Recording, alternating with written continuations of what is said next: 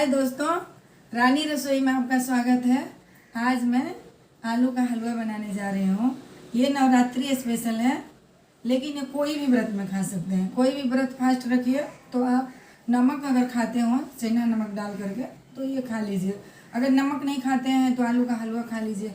तो एक ही मेथड से मैं दो चीज़ बनाने जा रही हूँ। इसके पहले मैं गाजर का हलवा कैसे बनता है बताई हूँ, लौकी का हलवा कैसे बनता है, पपीते का हलवा कैसे बनता है वो भी बताई हूँ। वो भी व्रत में आप खा सकते हैं।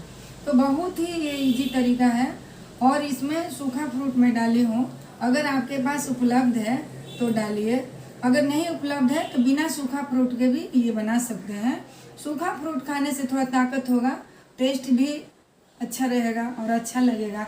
कोई भी सामान अगर हम बनाते हैं, कोई भी व्यंजन, और उसमें एक दो चीज़ कम कर देते हैं तो थोड़ा तो दोस्तों टेस्ट में अलग होगा। अभी देखिए कैसे बनता है।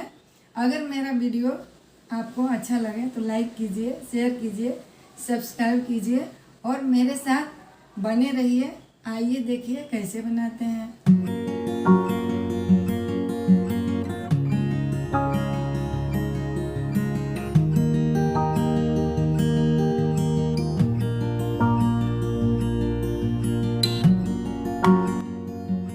दोस्तों पहले कढ़ाई में मैं घी डालूंगी।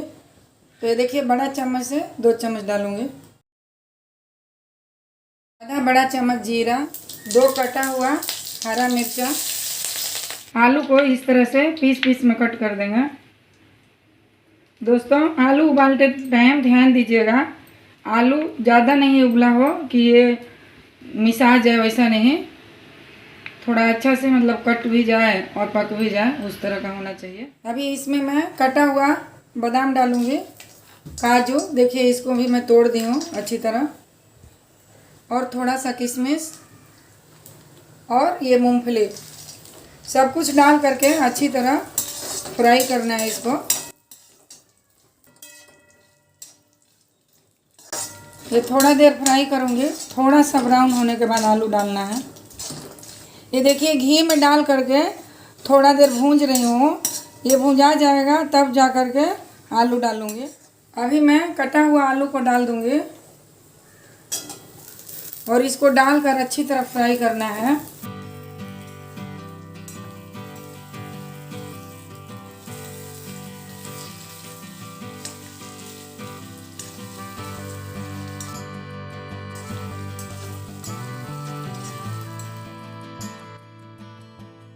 अभी इसको मैं अच्छी तरह मसल लूँगी, चोखा की तरह बनाना है। अगर आपके पास ये मसलने वाला मशीन ना हो तो देखिए ये कटोरी है ना, कोई भी चीज़ प्लेन होना चाहिए, उससे भी मसल सकते हैं।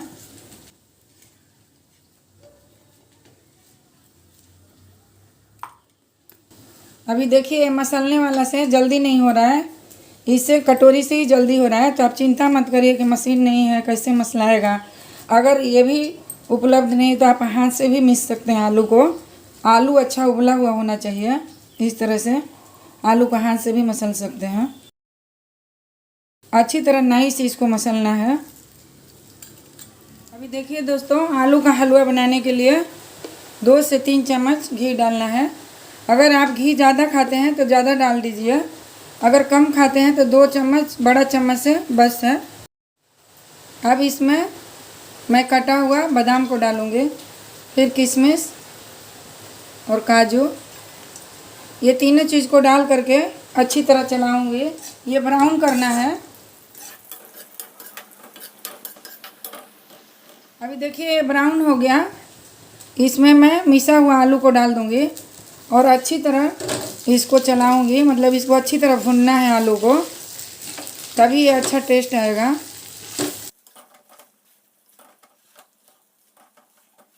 दो मिनट इसको भुनना है।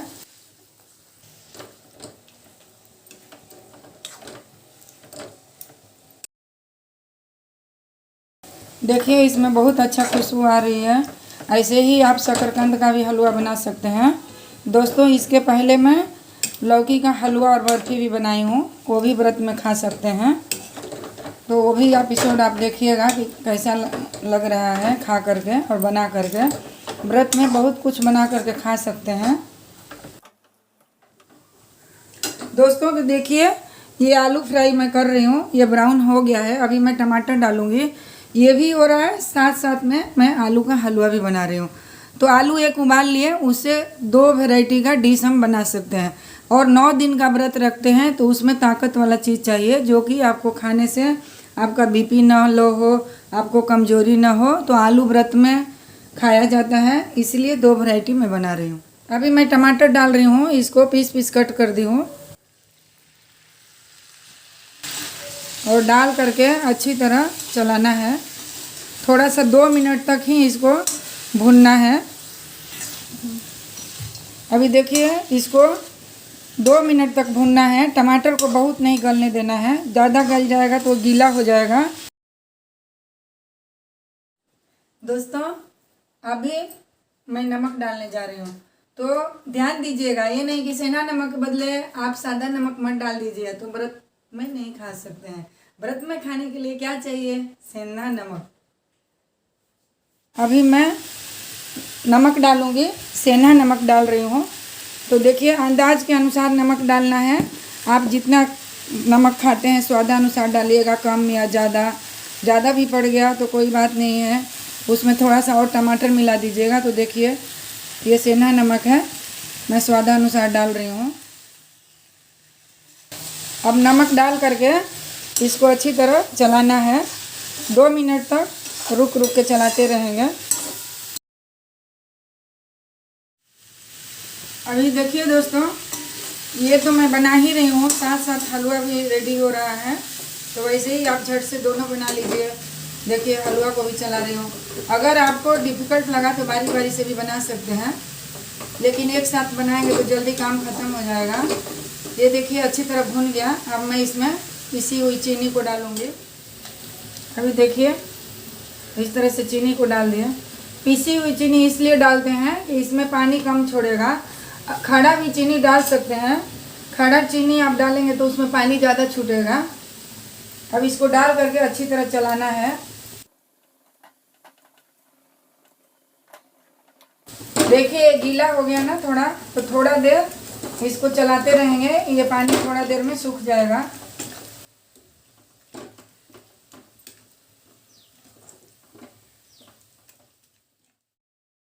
देखिए दोस्तों ये अच्छी तरह से बन गया। वो टमाटर भी थोड़ा बहुत पक गया है और ये खिला खिला रहेगा। जब आप खाएंगे ना तो एकदम से मुंह में जाएगा तो पका हुआ रहेगा। इसको खाने में बहुत ही टेस्टी लगेगा। दोस्तों एक बात और ध्यान रखिएगा, कोई मसाला नहीं डालिएगा। ये व्रत में खाना है तो इसमें क्या डालेंगे? काली मिर्च पाउडर और जीरा पाउडर। अभी देखिए आधा चम्मच काली मिर्च और जीरा पाउडर है, ये डालना बहुत ही ज़रूरी है। दोस्तों आप ऐसा मत सोचिएगा कि काली मिर्च और जीरा पाउडर नहीं है तो भी बन जाएगा, तो इसके बिना ये आलू का टेस्ट नहीं आएगा। आपके पास अगर सूखा फ्रूट ना हो तो उससे काम चल सकता है, क्योंकि आलू टमाटर काली मिर्च पाउडर से भी आप बना सकते हैं। अभी ये रेडी हो गया। अब इसके ऊपर क्या करना है मैं आपको दिखाऊंगी। अभी लास्ट में क्या डालना है?